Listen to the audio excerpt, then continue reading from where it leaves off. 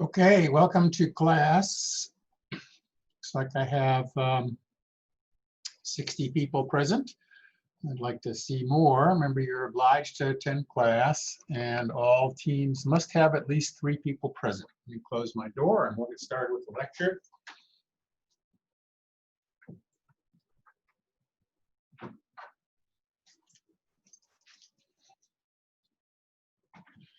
So the foundation for the lecture today is going to be chapter 3 in, chapter 2 in environment. So we'll be going over topics to do with environmental legislation, economic forces, wealth inequality, and material that you've covered in class. And before I start, I have about a 20-minute lecture to give. Before I start, I'd like to offer any students who have questions about the reading quiz to go ahead and ask those questions. So is there anyone who had questions over the reading quiz?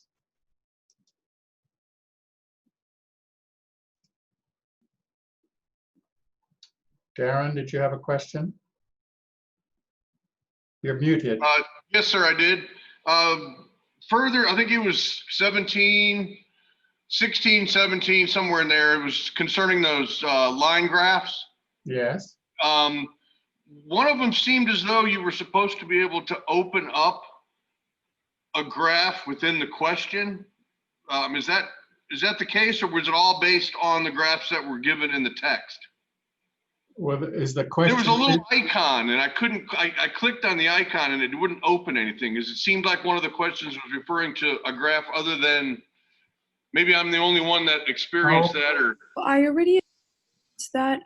I also experienced that one of my graphs I couldn't see, but when I refreshed it and I took the quiz again, it was available. I just did it from Google Chrome instead of Safari, and it did work. So yeah, were you using Safari or Chrome? I was using Chrome. Okay.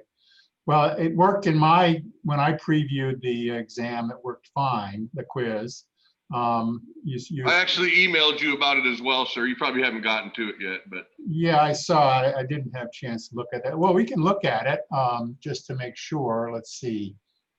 I have a screenshot of how mine looked and how it was like not available. For me, it was question 14. Right. Let's see.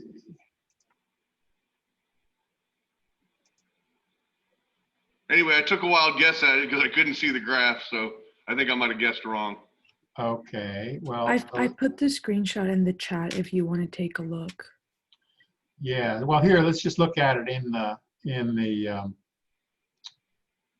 reading quiz. So here's the reading quiz for chapter 2.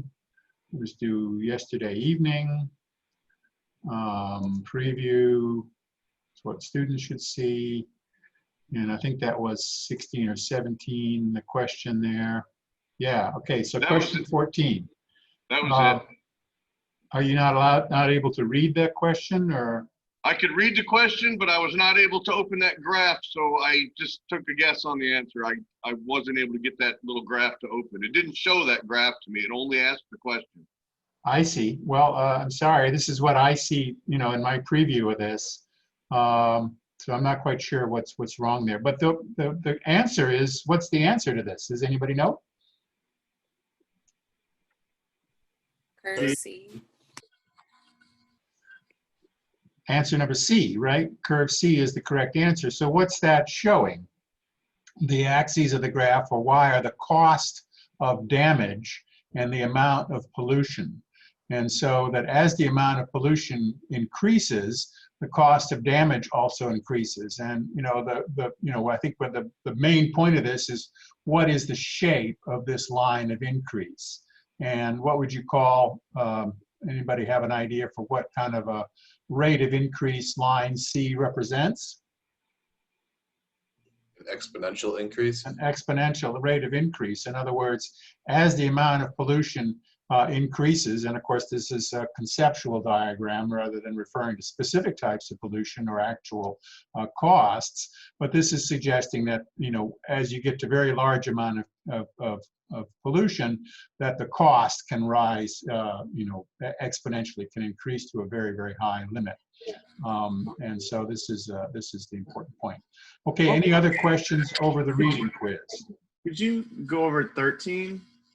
Because the book, is it saying that only things that took place in 1970? Because in 1990, it says in the book that 75% reduction in sulfur dioxide and resulting acid rain, that is one of the things that has happened since 1970, the way I understood it, because it happened in 1990. Okay. Well, I think the correct answer to this, what did we have as the correct answer? So 13. It's an accept question. So if that happened, then it's not the right answer because it's asking you what didn't happen. I'm sorry, could you repeat that? Number 13 is an accept question. So if he's saying that the 75% reduction in sulfur dioxide happened since 1970, then that means it's not the correct answer. Oh yeah, you're right. I might be thinking of something else. Thank you, Brittany. Well done.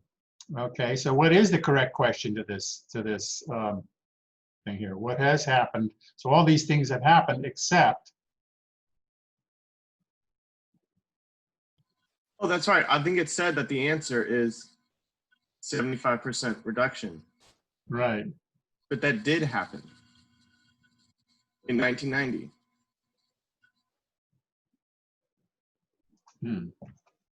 Okay, well, I will look into this and what am I seeing?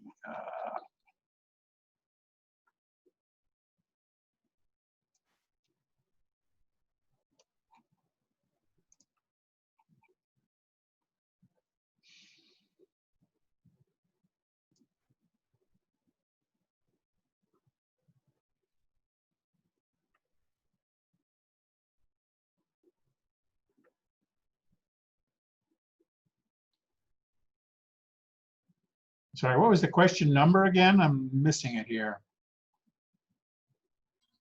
That was 13. 13. Oh, okay. Well, it randomizes this. Yeah. Oh, it was which of the following is a success since 1970, Right. except 75% reduction in sulfur Yeah. dioxide. And so In you're the saying book? that did occur. That is mentioned in the book. Okay, I got this out of the test bank. Yeah, in 1990 it happened. And so I was like, okay, is it saying that I'm wrong because that didn't happen in 1970? And it happened in 1990? Because Yeah, I agree. That's a confusing question here. 75% reduction in CFCs. So all of these things, have happened. So I don't see the exception here. There has been a reduction in sulfur dioxide, unless that the reduction is less. So I'd have to look up where that is. I mean, I emailed and quoted it from the book. It's 75% in 1990. Okay, well, if that's the case, then Carrie and I will fix that, and we'll accept all answers for that question. All right, let me push on. I'd like to go ahead and. Wait, I have a question. Donald, does that mean that those of us who got 100 on the quiz are now going to get points redacted? No. Okay, just making sure. Thank you. No. And, just sort of by future, let's not try to litigate too much these questions, because the marginal value of each individual question is pretty small. So unless there's a major issue or some problem with, conception, I don't want to argue over every single question in these quizzes, since they're only worth half a point each. But your points will be accommodated, and if there are answers where it's confusing, we'll go back and fix those so that people are not penalized for a problem with answering an ambiguous answer. Okay. I wasn't sure, but are we allowed to use the textbook when we take these quizzes? Yes, you are allowed to use the textbook when you're taking these quizzes. You're allowed to use all resources. And so the point is, to not make you memorize things, but to learn these correct answers. And I don't know that sort of memorizing them is really what does that. It's as much sort of knowing what the right answer is, finding it and reinforcing it by selecting that choice. Okay, any other questions over the quiz? So will these questions on the quiz be used for the test, or will it be completely different questions? I will use many of these questions on the test, on the midterm and on the final. Okay. Not all, but many. Okay, well, let me share a different screen. And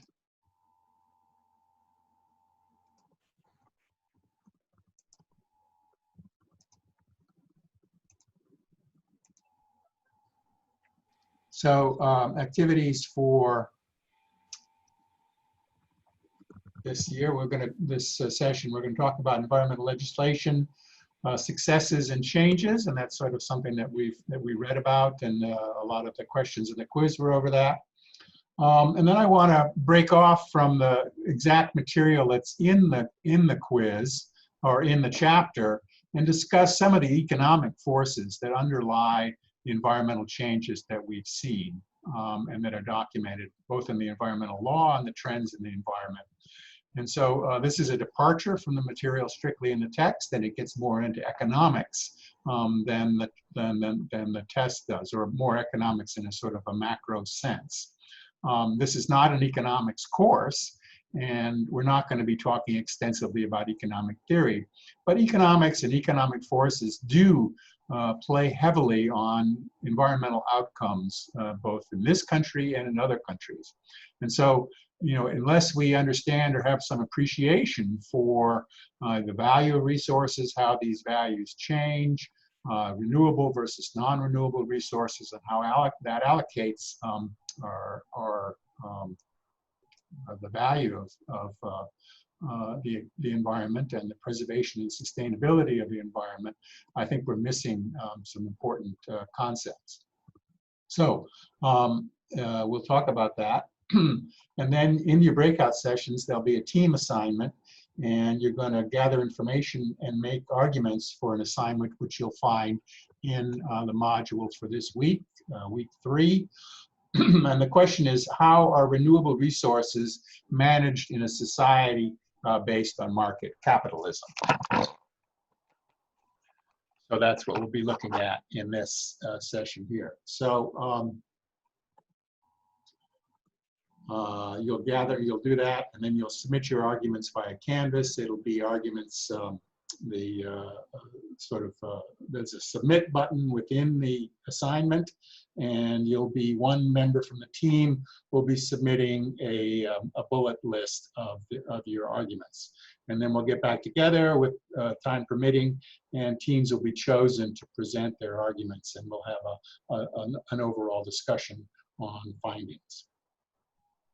So, what the book talks about, U.S. environmental legislation, and it's true, I think the book makes the point, and it can be made in many other cases, that the environment of the United States and the economic and renewable resources, non-renewable resources as well, that were present on the U.S. continent have been a major determining factor in the wealth of this country, the success of this country, and the courses of economic development. When European settlers first started coming to this country, to this landmass, they found an indigenous population who had developed certain kinds of technological and societal methods of making use of the environment, but many of the practices that had come into the technologies that had developed in Europe were unknown to the indigenous people living here. And application of those technologies in this largely unexploited, very, very large area, both of the North and South Americas, enabled a rapid development and growth of wealth. And the book talks about the frontier attitude, the degree to which the sort of sense of limitless resources that were available to settlers, and the possibility of extracting and developing wealth from those resources was a philosophy and an understanding of the natural world which really underpinned much of the development that took place. So that's a background, and we'll get to that a little bit more in the future. But the environmental legislation that we've developed also has a long history, and there's sort of countervailing forces, some of which drive economic growth at the cost of exploitation of natural resources, many times exploitation in a non-sustainable way. And so that's one sort of force. But then we also have within particularly American philosophy, the emergence of a sense of stewardship over the environment, in a sense that the resources that are present are shared by all, and to some degree or another should be sustained, not just in the present generations, but for future generations. And so in that context, the environmental legislation in the United States, which has got at present, a 50 or 60-year history, having started in the late 1960s and early 70s, has established a basis for how we regulate environmental and economic development, in this country. And this legislative overhead has really influenced the way that environmental utilization and environmental protection has gone forward. And the book goes into a lot of detail about this, and your reading quiz should make you think about some of the major developments in here. We talk about Environmental Protection Agency established in 1970, the NEPA, which is a cornerstone of environmental law, the idea that when you develop something, you have to consider its economic, and it's not just its economic impact, but its environmental impact. In other words, how a particular environmental economic development will impact the environment, both in the near term and the far term. And examples, of course, highway, dam construction. And so this really was a revolution in the way that we considered how the public ownership of the environment should be managed. And there's a long list in table 2.1 in the textbook of all the very, very many environmental laws that have been passed. And some of these laws address clean water, clean air, energy conservation, hazardous use, pesticides, regulation of pollution. And so from the 1970s, we know with ebbs and flows, different countervailing forces. There were, expanses of the Clean Air Act and the Clean Water Act under Reagan and Bush, first George Bush, and then under Clinton. When the second George Bush was elected, a lot of those were changed and altered, in particular the action around clean air and regulation of the coal industry. So there has been, has gone back and forth. Notably, the Obama administration ruled that the Clean Air Act would also focus on carbon dioxide, and that carbon dioxide should be considered a pollutant. So this is a controversial interpretation of the law, which would have allowed a particular sort of regulation of industries that, like, the power industry, that release a lot of carbon dioxide. Well, that, there's been a lot of resistance to that, and recent Supreme Court decisions have essentially negated that. Nonetheless, these are some of the policies that have occurred. During the Trump administration, there's been quite a big difference in this, and you can find in I'll provide a link to this. Let me stop sharing this screen and share a different screen.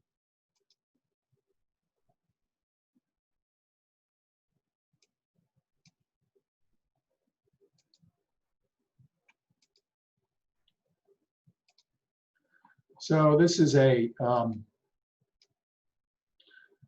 a running tally of changes in environmental regulation that have occurred since the 2016 election.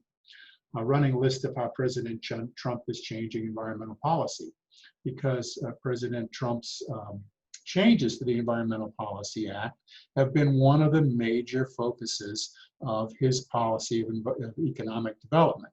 And when President Trump points to the change in the economic successes of the past 4 years, one of the things that he attributes these successes to is his reduction of environmental regulations, and the support of this idea that if environmental regulations hold back the economy and have a depressing effect on overall economic benefit.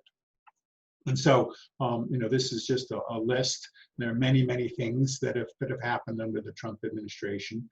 Oil and gas companies, energy production, a lot of the laws and a lot of the changes are to do with energy policy. But there's also, major impacts on protection of public lands, modifications to national monuments that were created by President Obama that were modified or rescinded by President Trump. So the recent history of environmental regulation and environmental law in the past 4 years has been different from the overall trend in the years previous. Back to sharing a different screen.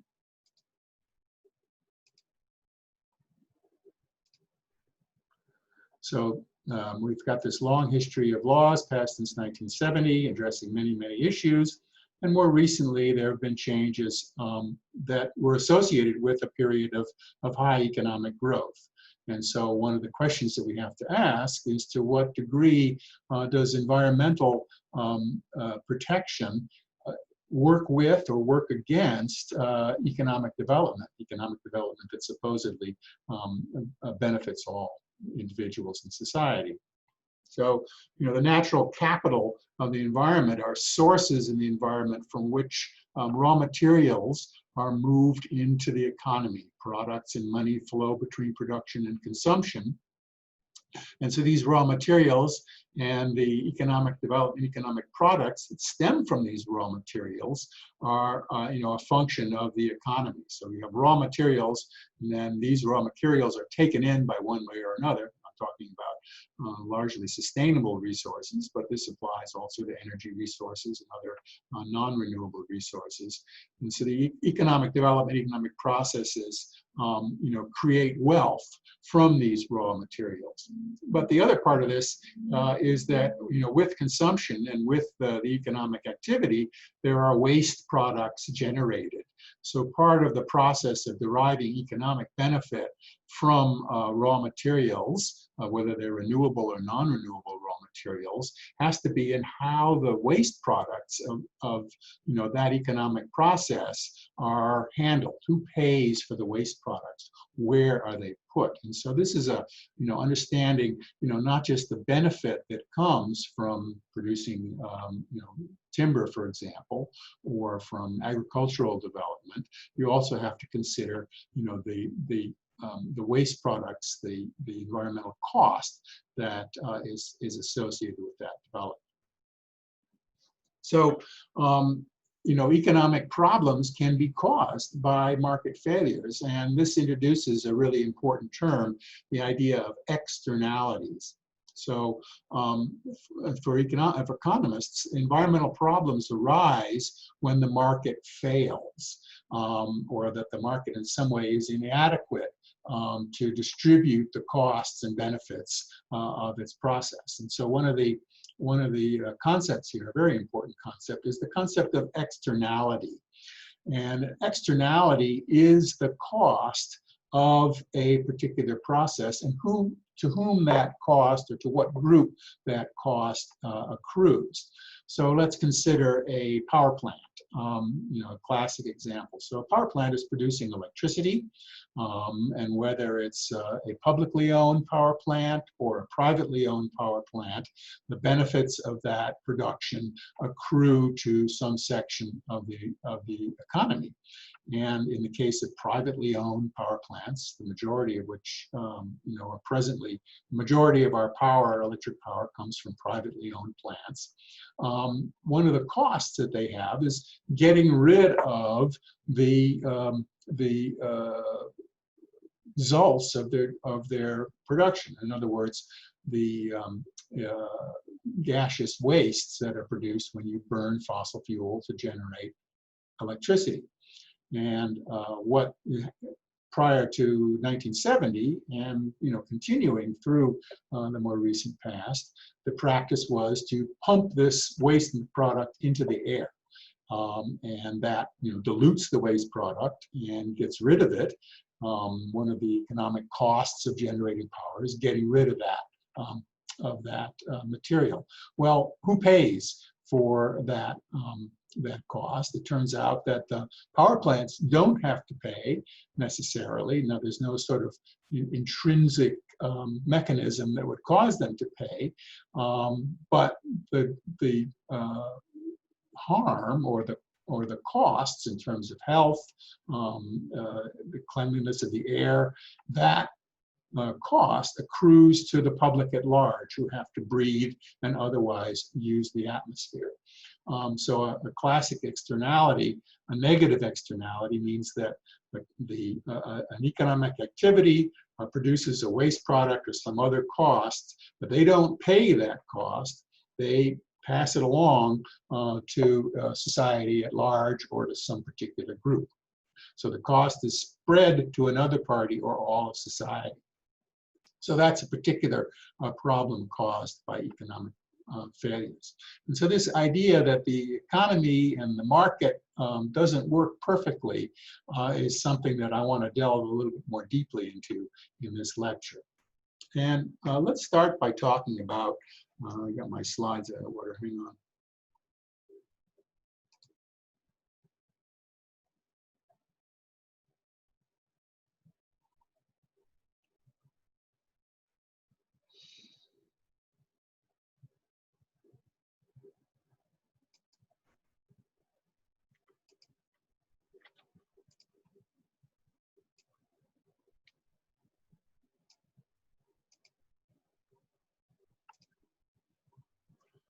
Okay, so I wanted to talk about the wealth of nations in a more general sense. And I'm going to refer to a very important book that was published, I think in 2015 or 16. And the title of this book is Capital in the 21st Century. It's by a French economist, a fairly young guy named Thomas Piketty. And he's written a really monumental study, which I think has been influential recently and is certain to be a fairly influential text going forward.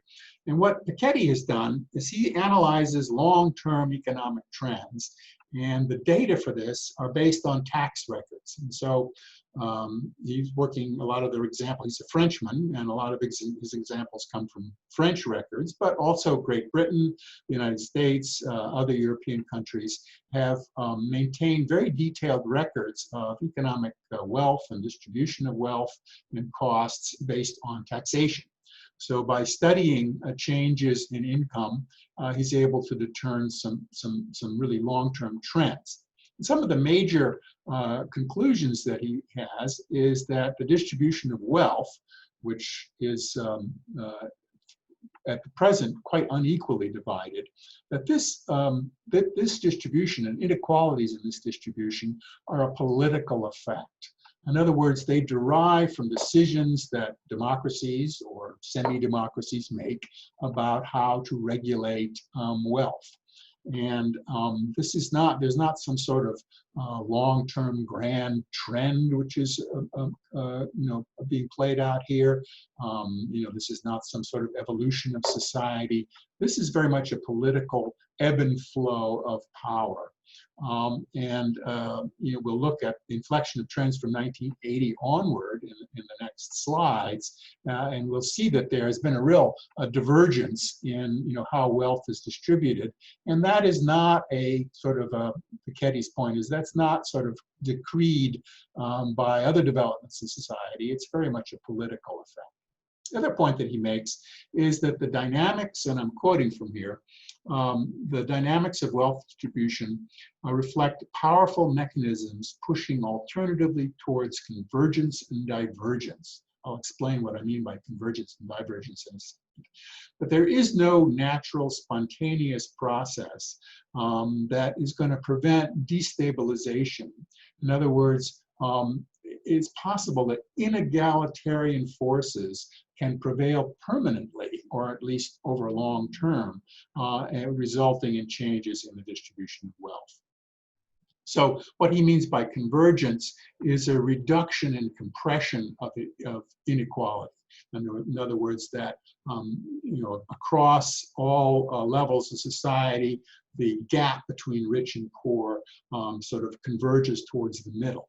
Divergence means an increasing concentration of wealth at the top and at the cost of those in lower levels. The other point that he makes is that now, as in the past, inequalities of wealth exist primarily in age cohorts, and inherited wealth comes close to being decisive. And he makes the point that inherited wealth in the 2020s or the 21st century is as important as inherited wealth was for determining individual lifestyle and outcomes as it was in the middle of the 19th century, where there was a very unequal distribution of wealth. So let's look a little bit at the data. This is again from drawing on Piketty's example, and this goes back to 1910, and this is showing income inequality in the United States. This is a 100-year trend in how things have changed, and so you can see what's being shown on the y-axis here is the share of the top decile in national income. In other words, how much of the total national income do the top 10% of earners in the society or members of society control. So back in, between 1910 and 1940, essentially, the control was, somewhere between 40 and 50%, around an average of about 45%. This declines very sharply starting in 1940. I don't have to tell you what the major event in 1940 was. This was World War II. And so World War II had a major effect on, redistributing wealth more broadly. And so, as the trend in this graph goes down, that means that there's been a convergence of wealth among all sectors. And then you can see that this continues through the 50s, the 60s, and the 70s. And this is also a period, the 70s, of this major environmental regulation taking place. All right, and then in 1980, you can see there's an inflection point, and there begins to be a divergence of wealth between the upper and the lower sectors of society. And so now by 2010, when his data stopped, we've reached very high levels, and this trend has continued upward, even more recently with the unequal distribution of impact from the COVID crisis having been experienced, so that the market continues to set records while many people in society are struggling to pay rent or even suffering from food insecurity. We can also look at this in terms of average public wealth and how much aggregate private wealth is worth compared to national income. Now, why is this an important number to understand?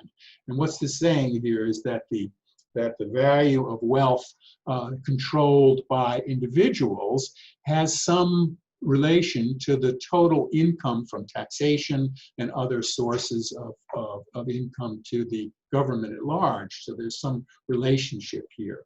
And if we go back to the middle of the 19th century, from 1870 to 1910, more or less, we can see that the aggregate public wealth is worth 6 to 7 years of national income. So what would that mean?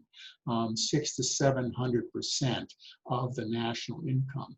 That would mean that individuals, wealthy individuals, private capital is receiving and controlling a great deal more wealth than the private sector, the government. Well, this begins to change, and this changes sharply after 1910, and then in here you do have again trends of First World War, Second World War, and this aggregate share of the wealth begins to drop and declines and reaches a low point in 1950, more or less.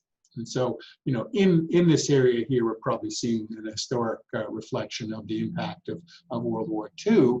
And then, interestingly, the numbers begin to rise again. So France, Germany, Britain, these are all European examples. Again, private equity or private capital is beginning to accumulate a larger and larger share of wealth. Why would this matter environmentally? Well, many of the costs of abating climate change, whether we do them now or in the future, are going to require huge capital investments. And these capital investments are going to have to be made, not by individuals, although some can be made by individuals, but by the collective wealth of nations and all, and international agencies and efforts. And so, to the degree to which private wealth is controlling these resources, there'll be some impact on how much resources are available to try to abate the effects of, for example, climate change. Okay, so let's look a little bit more at inequality. And so that was a sort of a general trend here of how inequality has changed, both in terms of individuals in the aggregate, public and private, and then in terms of capital versus private capital versus governmental resources. Well, let's take a more micro view of this and try to look at average household income. So this is sort of picking up from the middle part of that graph. And again, the inflection point here is this 1979-1980 period.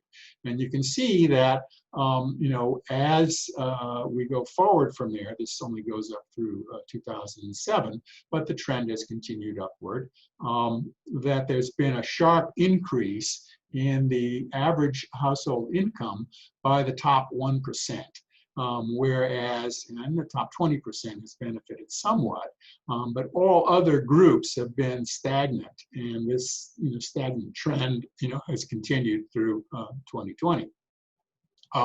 If you look at share in changes in income, there's actually been a decline by the bottom half of the. So this is the top 1%, top 20, second 20. So that's in here.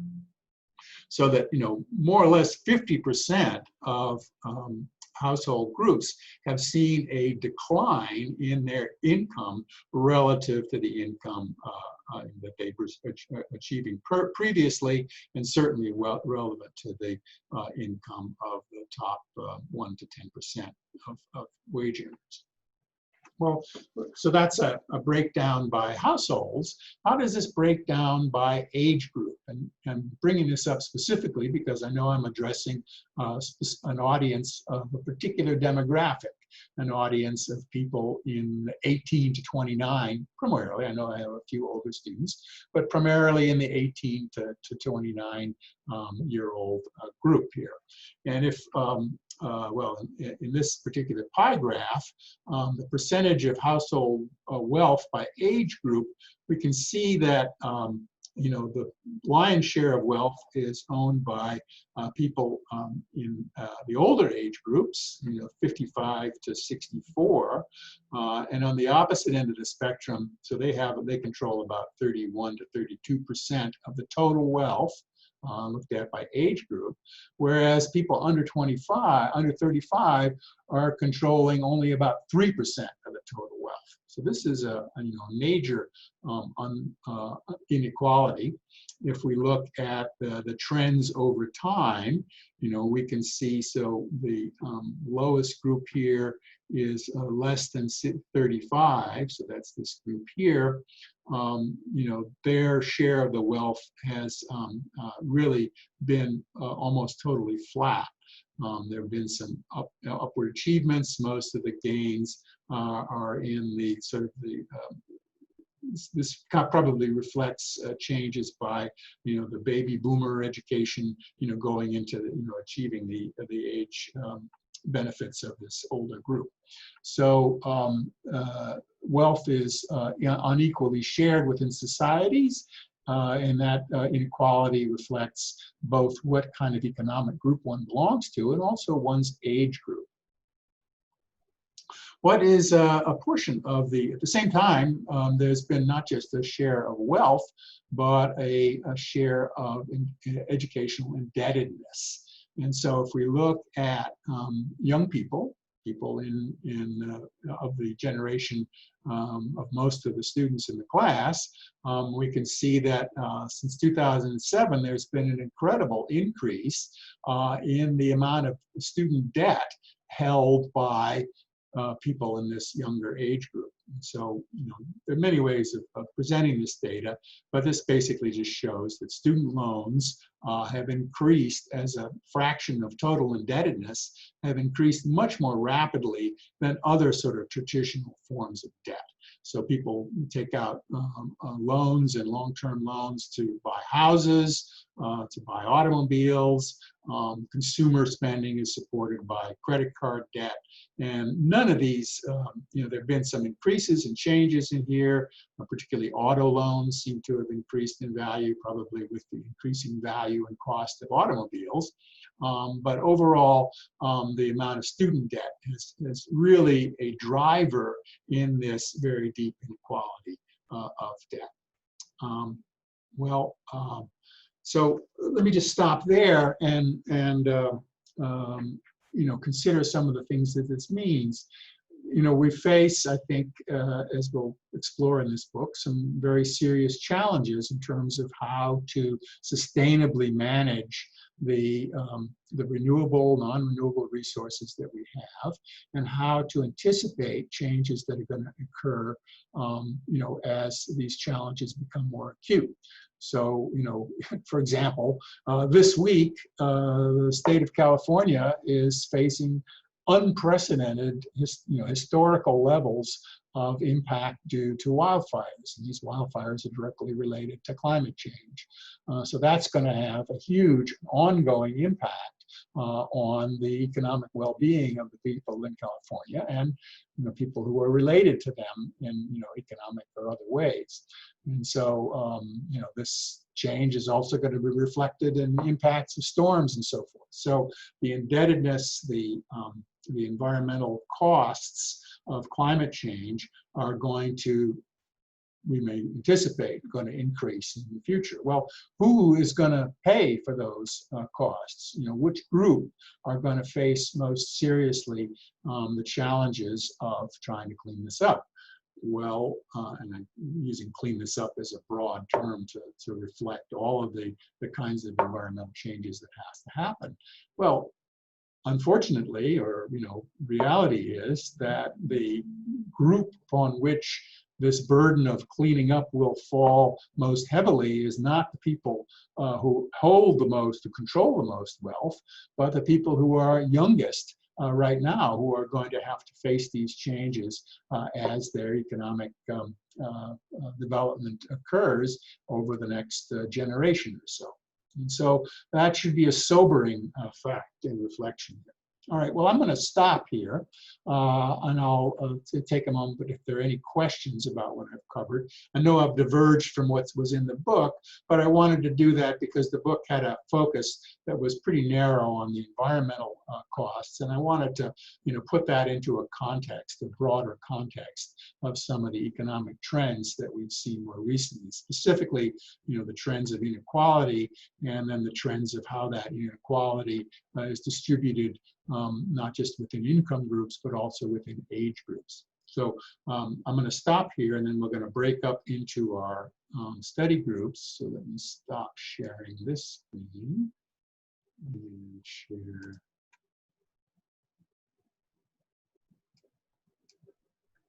So I'll say, are there any questions over this material? Any questions?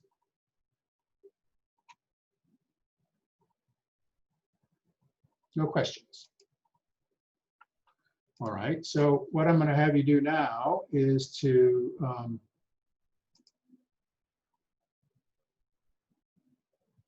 break out into your groups, and you're going to, within your groups, you're going to consider, you're going to do this exercise for the next 20 minutes. I know this is a lot to cover, and you need this, but I'd like you to consider the question of how are renewable resources managed in a society based on market capitalism.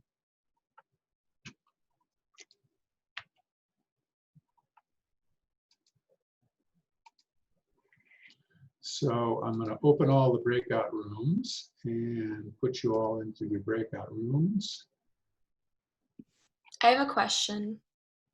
Yeah. So last time you wanted both opposing and agreeing viewpoints. Do you want us to just pick one stance this time, or have examples for both again? See if you can come up with examples for both. Let's see.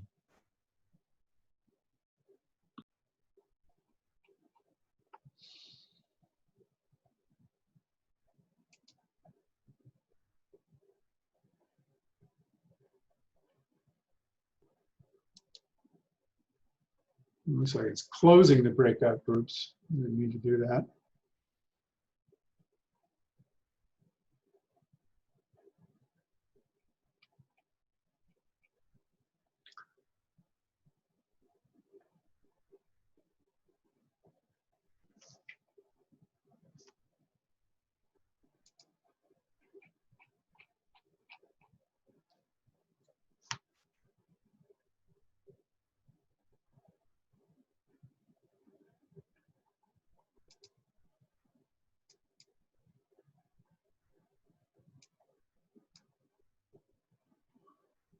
Yeah, I'm sorry. So I seem to have messed this up. I'm going to put you back into your breakout rooms, and we'll try this again, okay? Sounds good.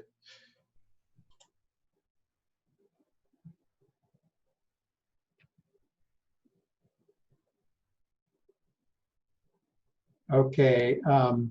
Dalia, what room are you supposed to be in? 8. 8? What's your Yes, 8. what's your We're the Planeteers. Planeteers? Okay. I'm also in 8, which is the Planeteers. And that's Hannah? I'm Carolina. Carolina.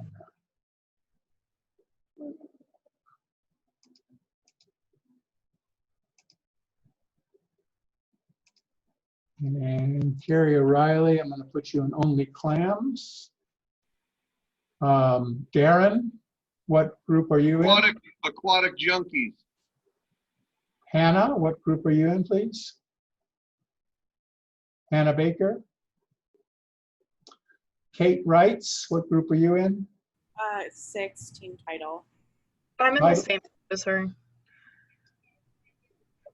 And so Catherine, what group are you in, please?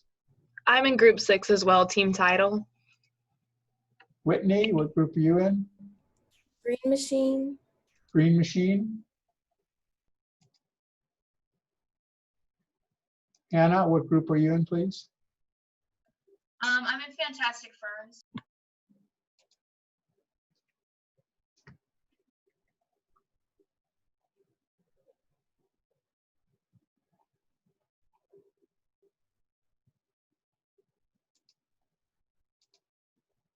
like you did last week.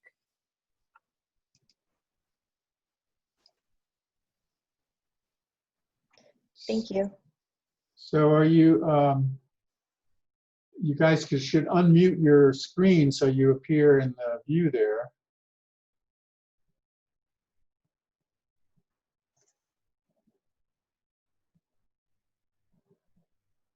Carrie, are you able to join other groups? Can you hear me? Yeah, I don't, I'll leave the room and check, but I'll probably just come right back to this room. Okay. Yeah, because I called the help desk and they said that you should be able to do that. You should be able to move from room to room once you've been assigned. Yeah, that's what I thought. Let me give it a try.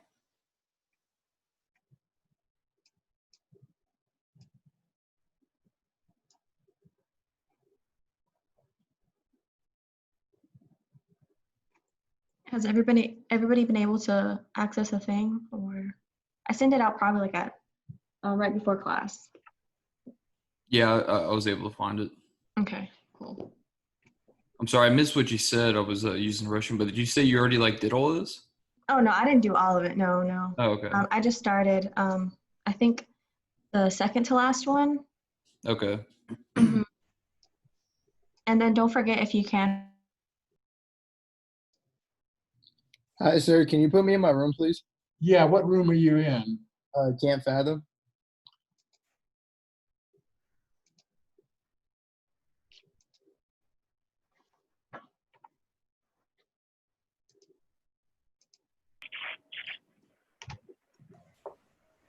Hello, Beach, please. How are you doing? Not too bad. How about you? Okay. No questions? You're able to find all the documents and share those? All right. Well, I'm going to move on to a different group then.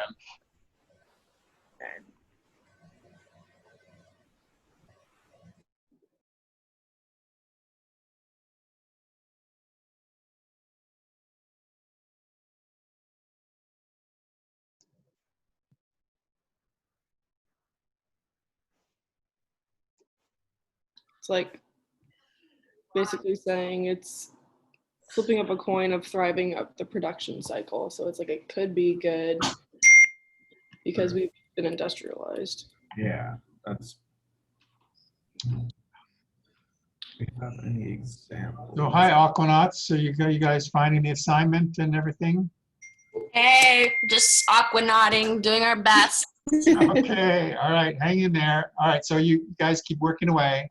If you have any questions, I guess. I have a question, actually, and it'd probably be better if I asked this in front of the entire class, but these assignments being due at 2 directly, like after class, all four of us have classes right after this. Is there like do you want us to like learn time management with this, or is there any way that you would add maybe like 30 minutes or an hour for submission? I'll tell you what, I'll make them do at 5 o'clock that day. So you have until the end of the day. I was just trying to think of like wrapping it up within the class time, but I can understand it. You might want to go back and refine things. So I'll change the assignment and make it due at 5 p.m. Well, thank you so much. Yeah, thank you. All right, well, let me go do that and I'll come back. Appreciate it. All right, guys. So I'm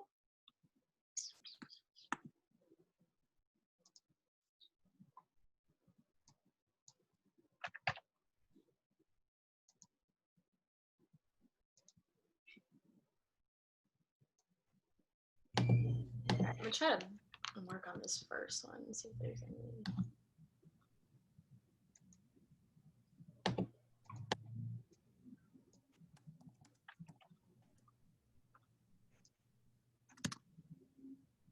I can find sustainable exploitation of renewable resource. Awesome.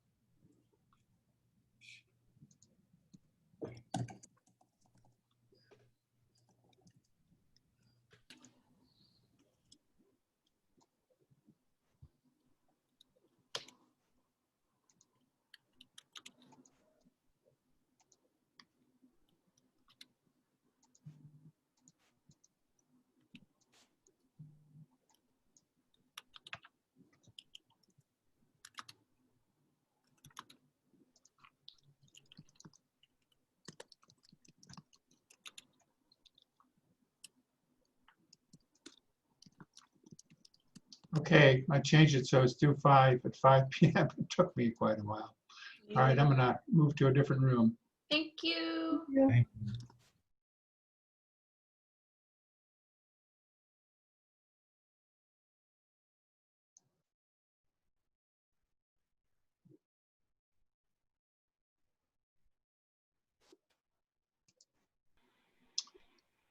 Hello, junkies. How are you doing? We're good, but we had a quick question about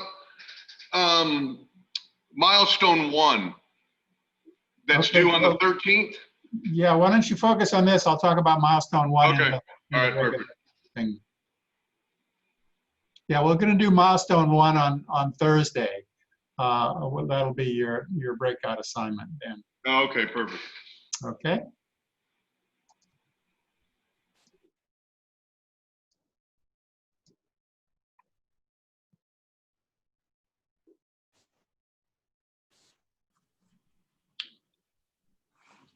Well, hello, homeboys. How are you doing?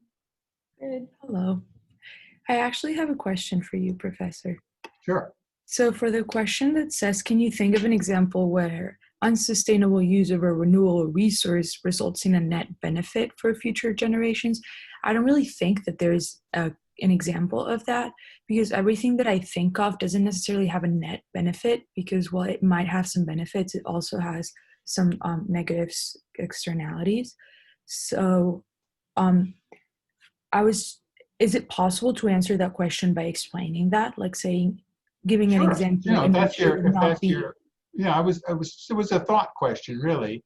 You know, it's Okay. possible though to consider, resources whose value has changed considerably. For example, we used to get around by riding horses, right? So horses and, horse farms were sort of a renewable resource that had great importance. But, the value of horses for mobility has changed considerably. And so if you were investing in horse farms and horse rearing, maybe it's not a perfect example, but, there are Right. other examples of where, the resources that society depends upon have changed very markedly over time. Coal, for example. Right. Coal used to be the essential resource for industrial societies. That's no longer the case. In fact, using coal starts to have major impact. So that might be an example of something who's where the with the development of technology and other trends, you have a different sort of situation. Okay. Okay. I'm going to Thank you. leave this room. We're going to have to go back into the main group here shortly. So you guys ready for your discussion? All right.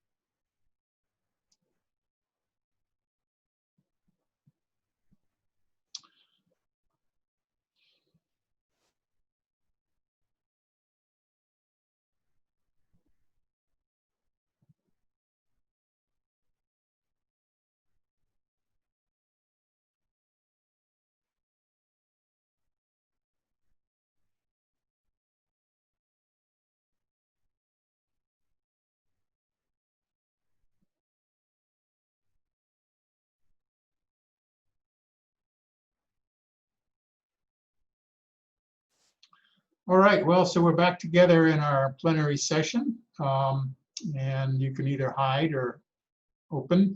So what I'm going to do now is I'm going to share the screen, and I'm going to spin the wheel, and we'll pick a group to present your arguments for the idea that market capitalism can effectively manage sustainable resources. So let me share this screen. And we'll spin the wheel. Hopefully, there we go. And so I'm going to ask all the members of Cabbage Patch to please unmute their video and appear on the screen here. So let me stop sharing.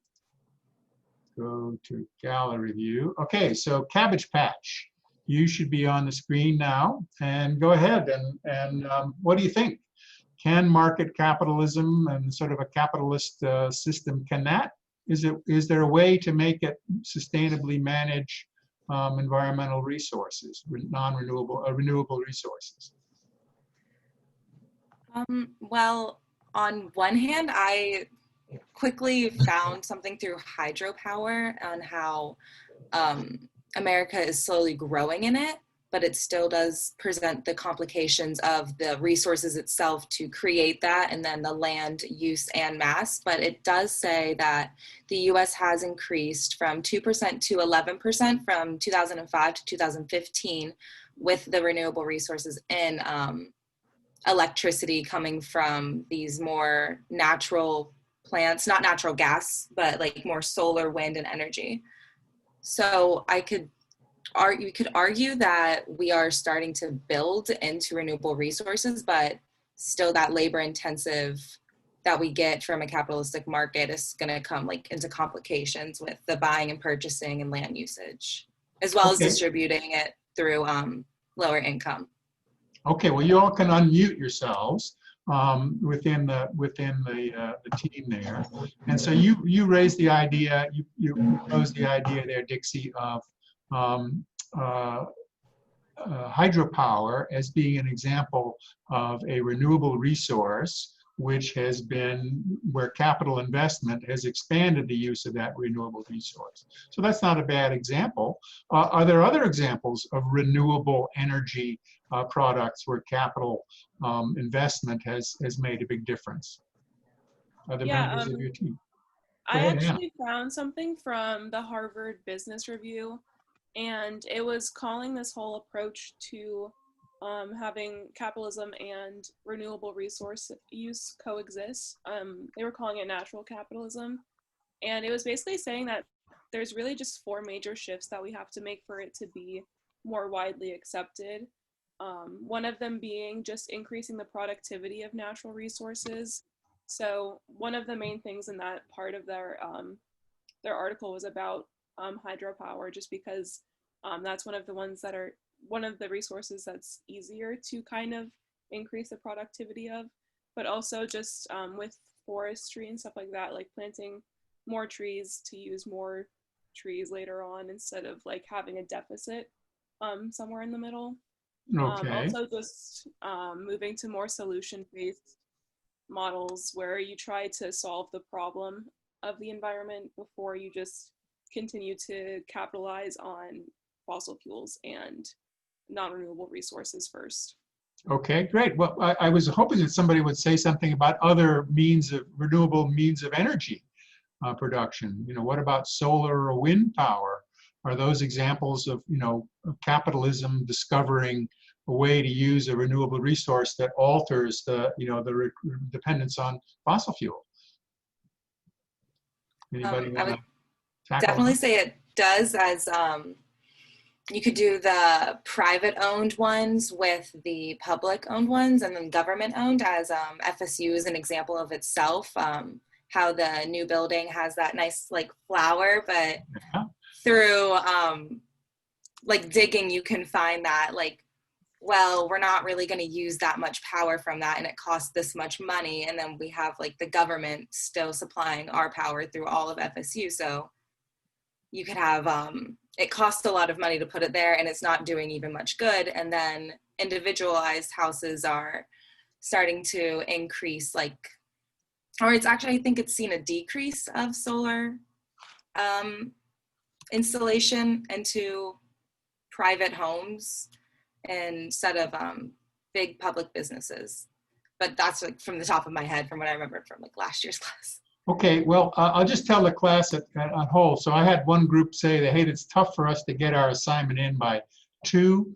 So I shifted the due date for this assignment from 2 p.m. to 5 p.m. So you've got a little bit more time to, to write things down. I know this was kind of quick, and that's going to be an issue in this. So I'll make these assignments due at 5 p.m. so you have a little time to, to sort it out. But I would like you to, develop the ideas and not to dwell too much on this, but try to get into a habit of, coming to a quick decision. All right, so offline, I went ahead and spun the wheel again. So thank you to the Cabbage Patch Cabbagers, Cabbage Heads. And we'll switch now. I spun the wheel, and the next group to take the counter side of that, saying that capitalism cannot manage renewable resource, will be the team members of the team Beach Please. So everybody else should mute their cameras, and the team members of Beach Please should please turn their cameras on and go ahead and tell us what you were able to come up with. So go ahead, if you're in the group, please turn your camera off. Lauren, looks like you're frozen. No, you're moving your hand. So please, there you go. And so get off of the screen if you would. And let's have Beach Please. Beach Please, are you there? Go ahead and unmute your microphones so that you're all able to speak. Beach Please. Okay, so so your job was to come up with a counter argument and to say whether, why it was difficult or impossible for a market capital society to manage renewable resources. What did you all come up with? We came up with things like capitalists don't really invest in families or communities or societies because it's not worth their time. There's just not enough effort or time put into those communities. They just go on to the next group of people, is what we kind of saw. Oh, sorry. Other thoughts on that from the team? What else did you think about there? So you're saying that there's a sort of a the capitalism is not connected to the lives of people who are not shareholders. Is that Yes. way to express that? It seems like it's a very selfish way. Selfish. Okay. It's a matter. Yeah, it's almost you're trying to make sure economically you benefit yourself more before everybody else. That's okay. What we want in this world. So. All right. Well, that's sort of like, but that's kind of a would differ from company to company, right? I mean, there might be one company that has a very employee-friendly, environmentally responsible, economically responsible philosophy, or but another company could be a good place to work and environmentally progressive. Well, so there's nothing you haven't told me that there's something intrinsic about capitalism that makes it hard for it to manage renewable resources. Well, I was going to say something what you were just saying before that about how like companies kind of give off that different perspective. They do that when one example would be advertising, where like if they have the oil spill, they're going to have companies that are going to say, yes, we're economic or environmentally friendly.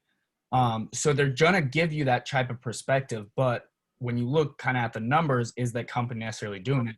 And I think when the more numbers you look at, there's not as many companies, I guess, caring about that, the effect of not using renewable resources. And that's why you have those ads that companies come out with to give you that perspective of them as, oh, we are this good environmental friendly company.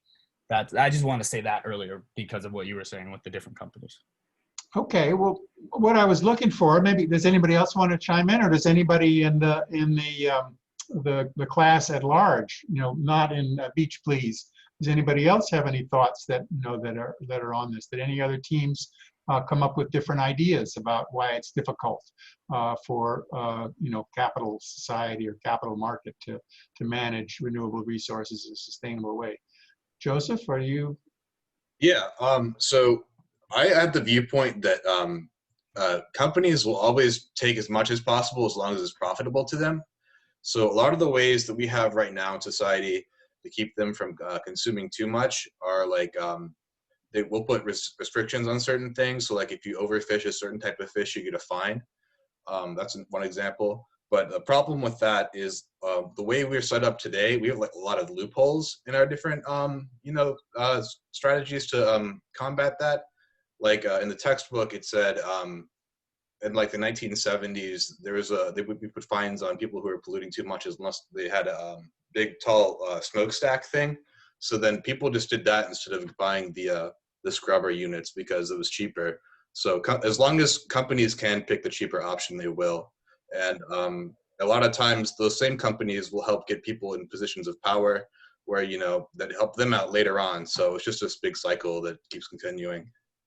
Okay, thanks, Joseph. Were there other thoughts? I mean, I guess I wanted to add a thought is, where does the, that capital companies, industries, corporations, what's their duty? Who are they obliged to? I mean, our individuals, we take care of our family, our, people in our communities, but who does, to whom does a corporation owe its, its allegiance, owe its efforts? I had a comment for that. Go ahead, Kurt.